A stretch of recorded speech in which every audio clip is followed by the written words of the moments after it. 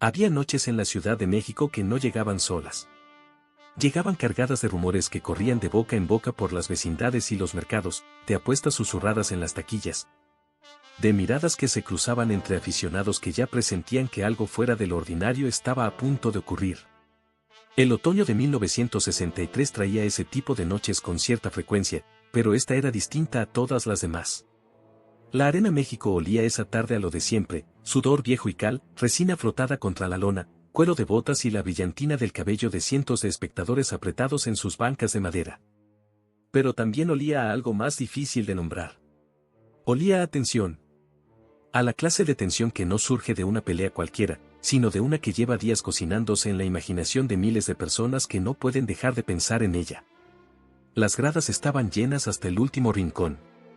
Desde los palcos cubiertos hasta los tendidos más altos, donde el humo del tabaco formaba nubes que los reflectores atravesaban como flechas de luz, no había un solo espacio libre. Los que conocían bien la Arena México sabían que esas bancas rara vez se llenaban así un viernes común sin razón de peso. En el centro de todo aquello, bajo los reflectores que lo bañaban en luz blanca y amarilla, estaba el ring.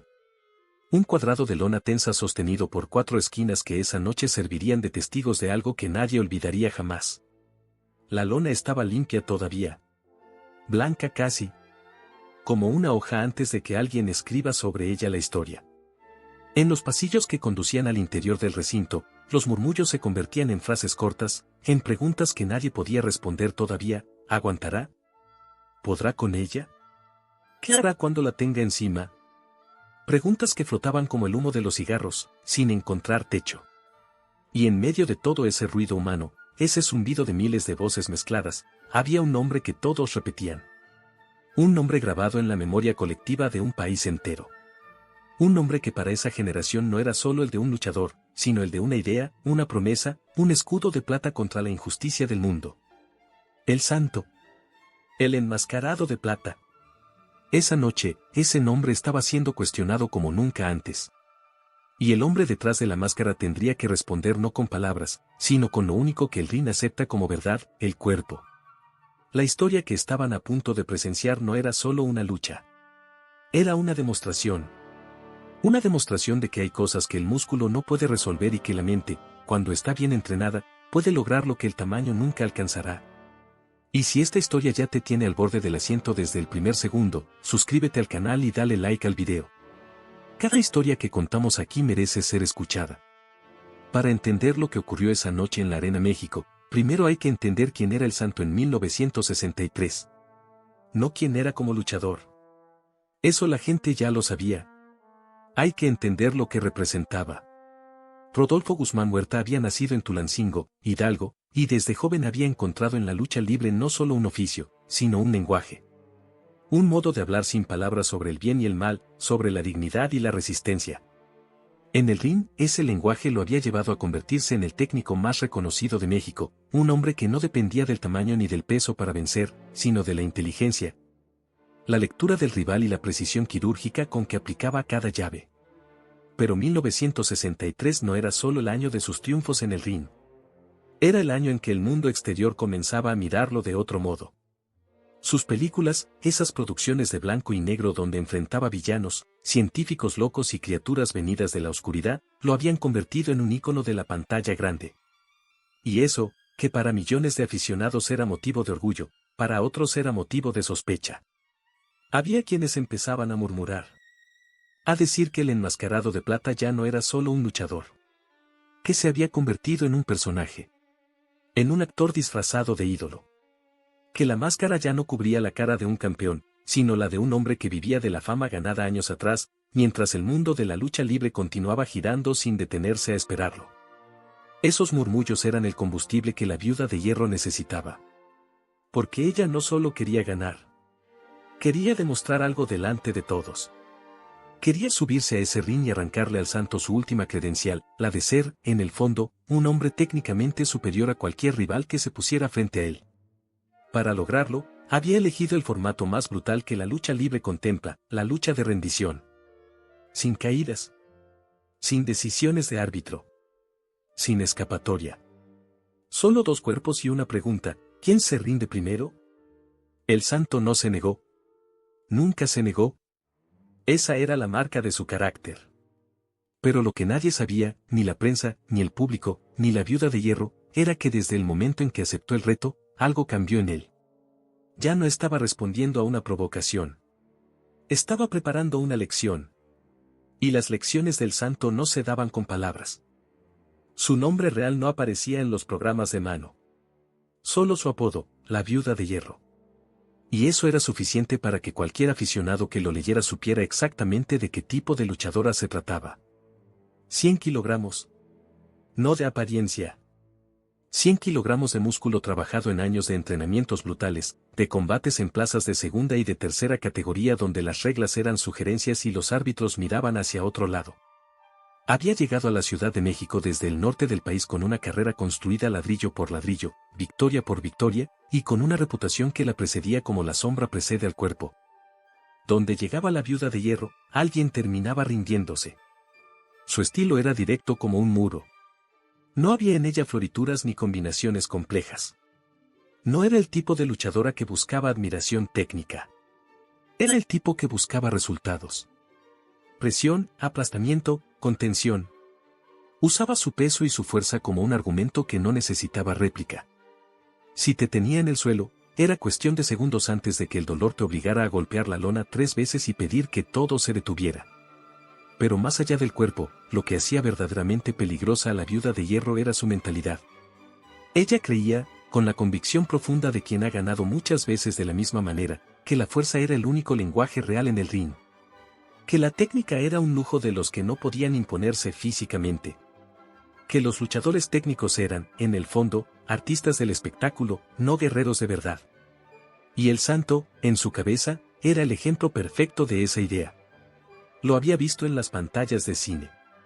Lo había visto en los carteles de las funciones. Había leído las notas de los periódicos deportivos donde cronistas entusiastas describían sus llaves como obras de arte aplicada. Y todo eso, en lugar de generarle respeto, le generaba desprecio. O algo peor, indiferencia. Para ella, el santo era un hombre que había confundido la fama con la grandeza. Y había llegado a la Arena México para recordárselo delante de todos. Lo que la Viuda de Hierro no sabía, lo que nunca sabe quien confunde la fuerza con la invencibilidad, es que el cuerpo más poderoso del mundo sigue siendo un sistema de palancas. Y los sistemas de palancas tienen puntos de quiebre. El santo los conocía todos. Lo dijo sin el artículo. Sin el él. Como quien nombra a alguien que no merece el peso de un título. Solo, santo. Y luego lo llamó actor. Lo dijo exactamente así, con la misma voz con que alguien describe una mentira descubierta, ese actor con máscara de plata que el público confunde con un luchador de verdad. La Arena México se partió en dos. Hubo abucheos. Hubo aplausos. Hubo voces que gritaban cosas que el micrófono no alcanzaba a capturar pero que el ambiente absorbía y devolvía multiplicadas. Porque en el fondo, aunque nadie lo quisiera admitir en voz alta, el dardo de la Viuda de Hierro había encontrado algo blando donde aterrizar. La duda. Esa pequeña duda que se instala silenciosa en la mente del aficionado cuando su ídolo lleva tiempo más cerca de la pantalla que del ring. El reto era concreto, una lucha de rendición, sin caídas contadas, sin límite de tiempo. El que se rindiera, perdía. Simple y brutal como un puñetazo en la oscuridad. La respuesta del santo llegó 2 días después, también por micrófono, también en el ring, también frente al público. Pero fue diferente en todo lo demás. No hubo gritos. No hubo insultos. No hubo gestos dramáticos. Él tomó el micrófono, esperó a que el ruido de la arena se calmara hasta quedar en un silencio casi incómodo, y dijo 3 palabras que los que estaban ahí recordarían el resto de su vida. Acepto. A reventar. Y soltó el micrófono. 3 semanas después, la ciudad entera tenía entrada comprada. Lo que ocurría en el gimnasio en esas 3 semanas nadie lo vio. Y eso era exactamente como el santo quería que fuera. Había algo en el que los periódicos no sabían cómo fotografiar y los cronistas no sabían cómo describir, su método. No era el tipo de campeón que preparaba sus combates con rabia o con orgullo herido. Los preparaba como un ingeniero prepara un puente. Con planos. Con medidas. Con una comprensión fría y exacta de las fuerzas que iban a entrar en juego y de los puntos donde esas fuerzas podían ser interrumpidas, desviadas o revertidas contra quien las aplicaba. Lo primero que hizo fue estudiarla. Consiguió relatos de sus combates anteriores de boca de luchadores que la habían enfrentado o que la habían visto de cerca. Habló con entrenadores. Habló con médicos del deporte que entendían la mecánica del cuerpo humano bajo presión extrema. Y lo que encontró le resultó interesante, no porque fuera sorprendente, sino precisamente porque era predecible. La Viuda de Hierro siempre hacía lo mismo. Siempre. Buscaba la posición superior, aplastaba con su peso, inmovilizaba el torso y esperaba. Era un sistema que había funcionado porque nadie había tenido la paciencia ni la técnica para resistir el tiempo suficiente y encontrar el ángulo de salida. Pero los sistemas repetitivos tienen una característica inevitable: se pueden anticipar. El santo pasó esas semanas perfeccionando 2 movimientos específicos. Solo 2. No necesitaba más. La tijera de piernas, aplicada desde el suelo, que podía usarse para inmovilizar el cuerpo de alguien de mucho mayor peso si se ejecutaba en el momento exacto y en el eje correcto. Y la palanca de brazo, esa llave que no depende de la fuerza del que la aplica sino de la geometría del cuerpo del que la recibe, cuando el codo queda en el ángulo equivocado. El dolor es inmediato y la resistencia se vuelve imposible sin riesgo de fractura. No era magia. Era física aplicada. Era la comprensión profunda de que un cuerpo humano, sin importar su tamaño, tiene límites estructurales que la fuerza no puede ignorar. Y el santo conocía esos límites mejor que nadie. La noche anterior al combate, según contaron quienes estuvieron cerca, no habló de la pelea. Cenó, descansó, leyó. Y durmió sin que le temblara el pulso. Eso, más que cualquier declaración, era la señal de que algo estaba listo. El viernes llegó con una temperatura que anticipaba el invierno. Las calles alrededor de la Arena México estaban llenas desde la tarde, mucho antes de que abrieran las taquillas. Vendedores de tortas y aguas frescas habían instalado sus puestos con la velocidad de quien sabe leer el pulso de la ciudad mejor que cualquier cronista deportivo. Desde fuera, la arena era un edificio que no prometía nada en su fachada. Era austero, casi rudo, como si sus muros de piedra y concreto resistieran la tentación de la ornamentación para guardar toda su energía hacia adentro. Pero adentro era otra cosa. Adentro era un mundo propio, con sus propias leyes, su propio ritmo y su propio idioma hecho de gritos y aplausos y el golpe seco de los cuerpos contra la lona. Esa noche, ese mundo estaba encendido desde el primer combate preliminar. El público no estaba ahí para calentar. Estaba ahí ya caliente, ya cargado, ya esperando el momento principal con una impaciencia que el ruido reflejaba perfectamente. Cada caída, cada llave, cada salida dramática por las cuerdas era celebrada con más intensidad de lo usual, como si la energía acumulada para el evento central necesitara algún lugar donde liberarse mientras llegaba el momento. En los vestidores, las 2 protagonistas de la noche se preparaban en silencio y por separado, como corresponde a 2 personas que van a intentar doblegarse mutuamente durante el tiempo que haga falta. La Viuda de Hierro se preparó con sus rutinas de siempre: movilidad, calentamiento de trapecios y hombros, trabajo de cadera. Era metódica en eso, hay que reconocérselo. Sabía cómo llegar al ring en el estado físico óptimo. Y mientras se preparaba, pensaba en el santo con una mezcla de desdén y de algo que no era exactamente respeto pero que tampoco era ignorancia. Era cálculo. Lo había calculado. Sabía que era técnico. Sabía que era inteligente. Pero confiaba en algo que consideraba más básico y más real que cualquier técnica, en que cuando alguien de 100 kilos cae sobre alguien más ligero y se queda quieto encima, la física resuelve el problema antes que la inteligencia. Lo que no había calculado era que el santo también sabía física. Cuando el anunciador tomó el micrófono y pronunció los nombres, la Arena México se levantó en un ruido que sacudió el aire como si el edificio entero respirara. Las luces cayeron sobre el ring y el mundo de afuera desapareció completamente. Ya no había ciudad, ni invierno, ni periódicos, ni dudas. Solo el ring. Solo esa noche. Solo lo que estaba a punto de pasar. El primer contacto fue exactamente lo que la Viuda de Hierro había planeado. Se fue encima desde el inicio con una velocidad que sorprendió a las gradas, porque cuando alguien de ese tamaño se mueve con esa decisión, el espectáculo tiene algo de inevitable. Algo que aprieta el estómago y hace que el público contenga el aliento de golpe. El santo la recibió, midió el empuje, se dio terreno con inteligencia y buscó el flanco. Pero ella anticipó el movimiento y lo selló con el cuerpo antes de que encontrara el ángulo. Cayeron juntos. La lona retumbó. Desde el suelo, la viuda de hierro comenzó a hacer lo que mejor sabía, usar el peso como argumento. Lo presionó contra la lona con una fuerza que el público podía casi sentir en sus propias espaldas. Hubo gemidos en las gradas. Hubo voces que pedían que se levantara, que encontrara la salida, que no dejara que la historia terminara ahí en el primer minuto. El santo no se desesperó. Eso fue lo primero que los más observadores notaron, no se desesperó. Resistía con un gesto que en otro hombre habría parecido resignación, pero que en él tenía algo diferente, algo casi calculado. Como si el tiempo que pasaba en el suelo no fuera tiempo perdido sino tiempo invertido. Como si mientras aguantaba el peso estuviera leyendo algo que solo él podía ver. Llegó a escabrarse por un lado. Fue un segundo, apenas un destello de posibilidad que el público aprovechó para gritar. Pero la viuda lo recuperó con fuerza y volvió a colocarlo en la posición de control. Segunda vez en el suelo. Segunda vez bajo ese peso que no era solo físico sino también simbólico.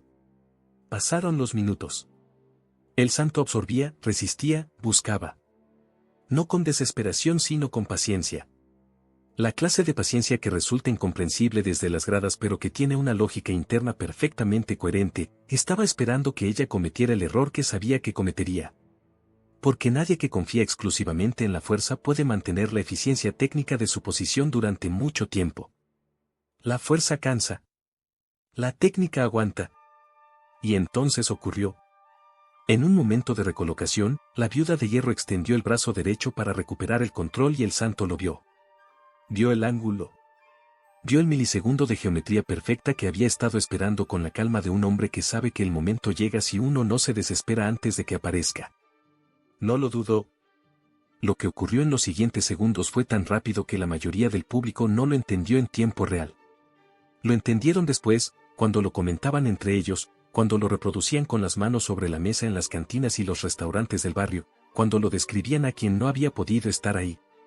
El santo tomó ese brazo extendido con una precisión que no necesitaba fuerza porque no usaba fuerza. Usaba ángulos. Giró el codo en la dirección contraria a su movimiento natural, aplicó la palanca con el cuerpo alineado correctamente. Y el sistema respondió como responden todos los sistemas cuando se les aplica la presión en el punto exacto, cediendo. La viuda de hierro soltó un sonido que la Arena México nunca le había escuchado. No era un grito de dolor ordinario. Era algo más parecido a la sorpresa. Al descubrimiento súbito de que el argumento que ella había considerado irrefutable de repente tenía una respuesta que no había anticipado. Intentó moverse para liberar la palanca. Fue el segundo error. Porque el santo había anticipado exactamente ese movimiento y lo usó para girar su propio cuerpo y envolver con las piernas el torso de ella en una tijera que cerró con toda la tensión que los músculos de semanas de entrenamiento específico podían generar. La tijera de piernas del santo era una llave que él dominaba con una perfección que iba más allá del entrenamiento, era el resultado de entender que las piernas son las palancas más largas y poderosas del cuerpo humano. Y que cuando se aplican correctamente alrededor del torso de alguien, crean una presión que no tiene respuesta muscular posible. No importa cuánto peses. No importa cuánta fuerza tengas en los brazos o en la espalda. Cuando el torso está comprimido en el eje correcto, el cuerpo tiene solo dos opciones, rendirse o romperse. La viuda de hierro intentó la tercera opción, ignorarlo. Intentó seguir usando la fuerza como había usado siempre la fuerza, como si el dolor fuera algo que se pudiera decidir no sentir. Y durante unos segundos que al público le parecieron eternos, hubo una suspensión del tiempo. Un momento en que nadie sabía qué iba a pasar. Un momento en que dos filosofías completamente opuestas sobre cómo funciona el mundo estaban siendo puestas a prueba simultáneamente. La fuerza contra la técnica. El volumen contra la geometría. La certeza contra el conocimiento. Las gradas contenían el aliento como si la Arena México se hubiera convertido en un ser vivo que esperaba la resolución de algo que lo tenía tomado del cuello. Fue la palanca la que terminó todo. Con la tijera de pierna sosteniendo el torso de la viuda de hierro en la posición que el santo necesitaba, el brazo derecho seguía capturado en el ángulo exacto. El codo en la dirección equivocada. La presión acumulándose en el punto donde el hueso y el tendón alcanzan el límite de lo que el cuerpo puede ignorar sin consecuencias permanentes. El árbitro se agachó. Preguntó lo que el reglamento exige preguntar. La viuda de hierro no respondió con palabras. Apretó los dientes. Cerró los ojos. Intentó una última vez mover el peso de su cuerpo para descolocar la llave. Pero el santo había anticipado también ese movimiento final, ese esfuerzo desesperado que todo luchador hace cuando entiende que está cerca del límite. Y ajustó la presión con una pequeña rotación de cadera que no necesitó más fuerza que la de apretar lo que ya tenía. El golpe de la mano libre de la Viuda de Hierro contra la lona sonó en la Arena México como un disparo. Una vez. La arena contuvo el aliento. 2 veces. Alguien en las gradas empezó a gritar antes de que llegara el tercero. 3 veces. Lo que siguió fue el ruido más alto que aquellas paredes habían contenido en mucho tiempo. Miles de voces convirtiéndose en una sola, una ola de sonido que recorrió la arena de abajo arriba y se derramó hacia afuera, hacia las calles de la colonia Doctores. Hacia la ciudad que esperaba el resultado con la oreja pegada a los radios y a los teléfonos y a los chismes de quienes pasaban cerca del recinto. El santo soltó la llave con la misma calma con que la había aplicado. Se puso de pie. No gritó. No hizo gestos exagerados hacia el público. Solo se quedó de pie en el centro del ring, con la máscara plateada mirando hacia las gradas, y dejó que el ruido de la gente fuera el único lenguaje que hacía falta en ese momento. La Viuda de Hierro se incorporó lentamente. Tenía el brazo derecho rígido y la expresión de alguien que acaba de recibir una información que cambia algo que creía saber con certeza. No era la cara de la derrota ordinaria. Era la cara del descubrimiento. La cara de quien entiende, quizás por primera vez en mucho tiempo, que había algo que no sabía. El árbitro levantó el brazo del enmascarado de plata. Y la Arena México lo recibió con el nombre que siempre, sin importar las dudas y los murmullos y los años en la pantalla grande, le pertenecía. Santo. Santo. Santo. Hay victorias que se olvidan al día siguiente. Son victorias de marcador, victorias de momento, victorias que el periódico registra y que la memoria suelta antes de que pase una semana. Y hay otro tipo de victorias. Las que enseñan algo.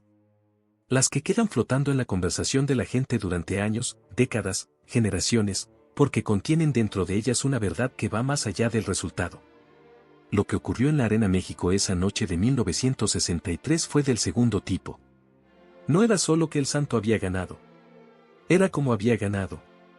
Era la demostración práctica, concreta, irrefutable, de que el tamaño es una variable pero no es la ecuación completa. Que la fuerza sin dirección es energía desperdiciada. Que el cuerpo humano, sin importar sus dimensiones, es un sistema de palancas y articulaciones que obedece leyes físicas que no tienen excepción. Y que quien conoce esas leyes, quien las estudia, las practica, las perfecciona con paciencia y con método, puede encontrar la puerta que la fuerza bruta no sabe ver. Esa frase que circuló después entre los aficionados, la que resumía en pocas palabras lo que habían presenciado, no era una frase inventada por ningún periodista. Era la frase que el propio santo había dicho en una entrevista días después, cuando le preguntaron cómo explicaría su victoria a alguien que no hubiera estado en el ring ni en las gradas. La fuerza sin técnica es una puerta abierta para el que sabe entrar. 12 palabras que contenían una filosofía entera. 12 palabras que iban mucho más allá de la lucha libre y que encontraban eco en cualquier contexto donde alguien con menos recursos aparentes se enfrenta a alguien con más poder visible. El empresario que estudia a su competidor más grande y encuentra el ángulo que éste no vio. El negociador que conoce la estructura de un argumento mejor que quien lo esgrime. El estratega que no tiene el ejército más grande pero tiene el mapa más detallado. El santo no había ganado esa noche porque era más fuerte. Había ganado porque había preparado cada detalle con una disciplina que la gente no ve desde las gradas pero que el ring cobra con exactitud implacable. Había ganado porque mientras la Viuda de Hierro confiaba en lo que siempre le había funcionado, él había estado aprendiendo exactamente por qué le funcionaba y dónde dejaba de hacerlo.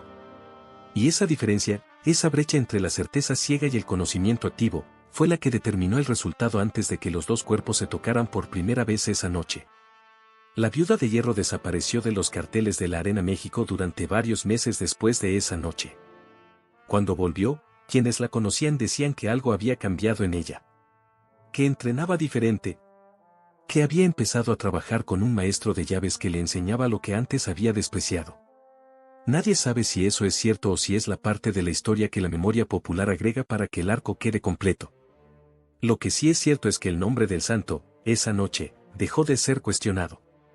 No porque alguien lo decretara así, sino porque las preguntas que el público se hacía habían recibido respuesta. No con palabras. Con una tijera de piernas y una palanca de brazo aplicadas en el ángulo correcto. Porque al final, la historia no la escriben los que gritan más fuerte. La escriben los que saben dónde aplicar la presión.